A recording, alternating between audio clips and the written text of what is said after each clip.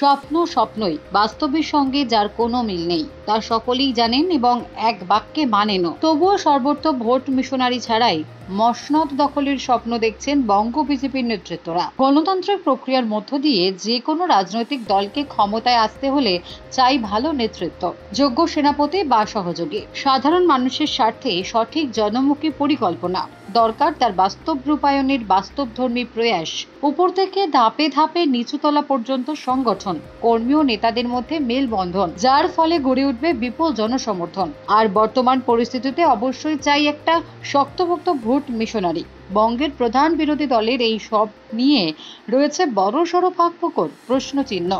অন্তত এমনটাই অভিমত রাজনৈতিক বিশেষজ্ঞদের। বর্তমানে গণতন্ত্রের উৎসব ভোটের সঙ্গে রিগিং, ছাপ্পা, ভোট লুট, বুথ দখল, বুথ জ্যাম, গণনায় কারচুপি, এই শব্দগুলো অঙ্গাঙ্গিকভাবে সংযুক্ত। ভোট এলেই বিরোধীদের ঠোঁটের আগায় এই শব্দগুলোই ঘুরে বেড়ায়। বিরোধীদের প্রায়ই অভিযোগ করতে শোনা ও দেখা যায় বঙ্গের ভোট মানেই লুটতন্ত্র। ফলে শাসন ক্ষমতায় টিকে থাকতে কিংবা নতুন করে দখল করতেও দরকার সুদৃঢ় দলীয় সংগঠন, গ্রহণযোগ্য নেতা প্রার্থীর পাশাপাশি উপযুক্ত ভোট মিশনারির, যা ছিল না বলেই বিগত লোকসভা নির্বাচনে বঙ্গের বিরোধী দলের এহেন করুণ পরিণতি হয়েছে।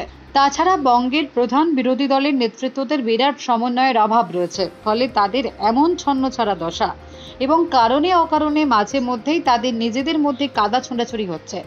দলে ক্রমাগত ভাঙন হচ্ছেই, আর যা দেখে বঙ্গবাসী হাসাহাসি করছে। তার পুরোপুরি সুযোগ নিচ্ছে বঙ্গের শাসক শিবির।